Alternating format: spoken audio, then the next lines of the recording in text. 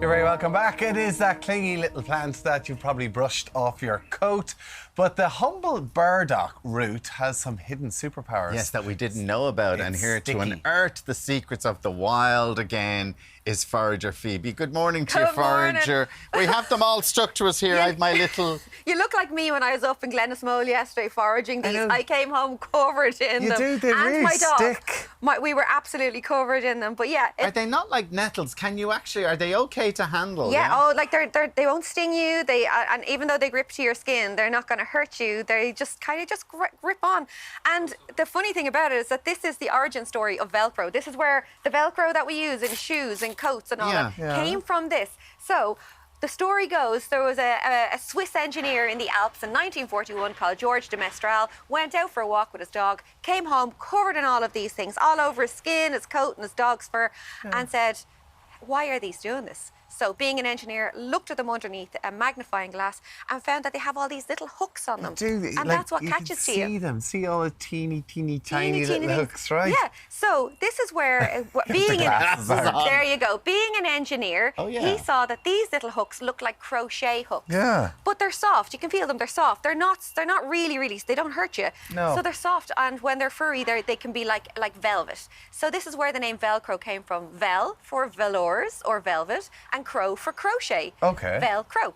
There you go. So this is where so the things that I love this. So did he make a fortune off that? Made a fortune. Did he? Absolutely. And I love this. This is like a collision of science and nature because there's so many things, and I'm always telling you about things that have been inspired by nature, and this is one thing that we use every day in our lives in some shape or form. Putting the kids' shoes on, going back to school now, their school bags all covered in Velcro, the Velcro came from burdock. Because when you look at it like that now, it's not a very pleasant looking plant, because you actually do think, oh, that's nettles or they're weeds. Or you might think it's a thistle and that it's going to be spiky, but this one actually doesn't. And even its leaves are quite soft as well.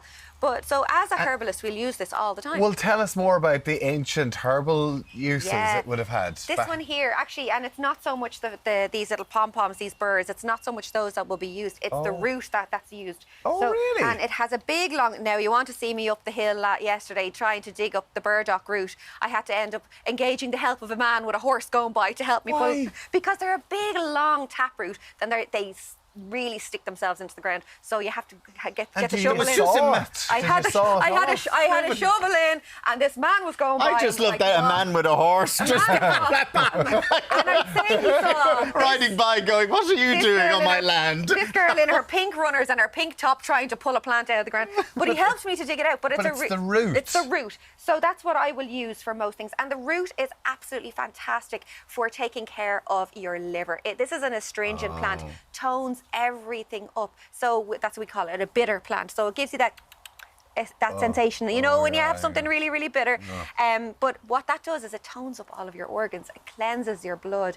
So it's a really, really great thing to have. So this is how they would have actually done it back in the day. They would have dug up the root, and they would have also done the same thing with dandelion root as well, because that's the same. If you've ever picked a dandelion and then it's horrible. You taste stuff, that latex. Yeah. It's a bitter as well. So that's exactly what it is. That's a dandelion root. Is it? Yeah, that's a dandelion root. What do you do with these? Okay, so go on. what I'm going to show you how to do is how to make a tonic, an ancient tonic, but what we'll call bitters, out of the roots. This is going to be for cleansing the blood.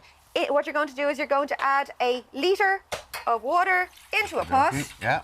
Lovely. You're going to add about 25 grams, which isn't that much, of the burdock root in there. Don't really need to clean it. That has actually been cleaned. That's with a scrubbing brush. Oh, wow. But it's the colour of the bark of it, you know what I mean? Yeah. So, going to throw them in there. We're going to add about 25 grams of dandelion root. If you're getting rid of your dandelions in your garden, instead of throwing them on the compost heap, consider using them for their goodness. Are they hard to get up those roots? They can be, but a little spade. Okay. Now the thing is, when you dig up dandelion, when you dig up a root of anything, you're digging it up, and that's going to be the end of it forever. If you want to keep the plant alive, replant it. Sunny side up. Okay. Sunny side up, replant it again. All this goes into the pot. You're just boiling this, is it? With ginger. Star anise and stuff. You can throw star anise in, let that stew for about 20 minutes, and then after 20 minutes, you're going to strain all those planty bits off, add some honey or some sugar into it, and let that kind of stew again. And you're going to end up with a lovely cordial. It looks a bit. Is it going to be sour? Is this going to be like... Well, taste taste it. Okay. See what you think. looks a bit rank. I've added a bit of honey it's into a it. lot of honey in that, I isn't actually there? added a good bit of lemon and a good bit of honey into it. But you're still getting the actions of it. Oh.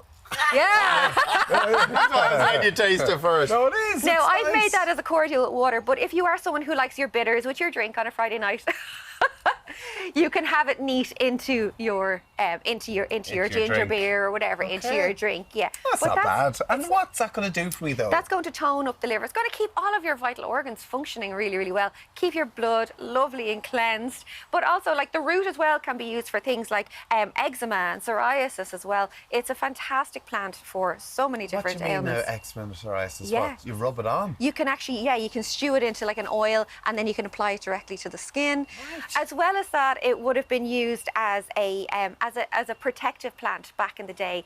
People would have carried it as a Throw these at them. Yeah, but at the same time, if you have any of these problems, you should seek some medical Seek attention some as medical well. advice. This is not the end all and cure all of anything like that. It's but we're all just about showing you- balance. It's yeah, all about balance. It's pretty good, though. Fix up your organs. Yeah, Bit and of they burdock. would have used it. So, like, see the way it's sticking to your clothes So there. sticky, isn't it? If they were wearing like a cloak, they would have. That's Here how she they would have comes. held No, it but it's closed. not the suit. They would have. They would Sorry. have Oh my held the God. clothes closed Oh, there you go. with the burdock plant. There you yeah. go. He hides everything so well. He's looking at you there. A man who needs loves to a go to a button. GP and you're going, I've got a natural remedy for you. He's like, No I get it at the GP though. interest. I get it at the Forager, GP though. Phoebe, thank you so You're much so for that. welcome. Thank you so much for that, Phoebe. Very Now, interesting. coming up on Check it tomorrow's out.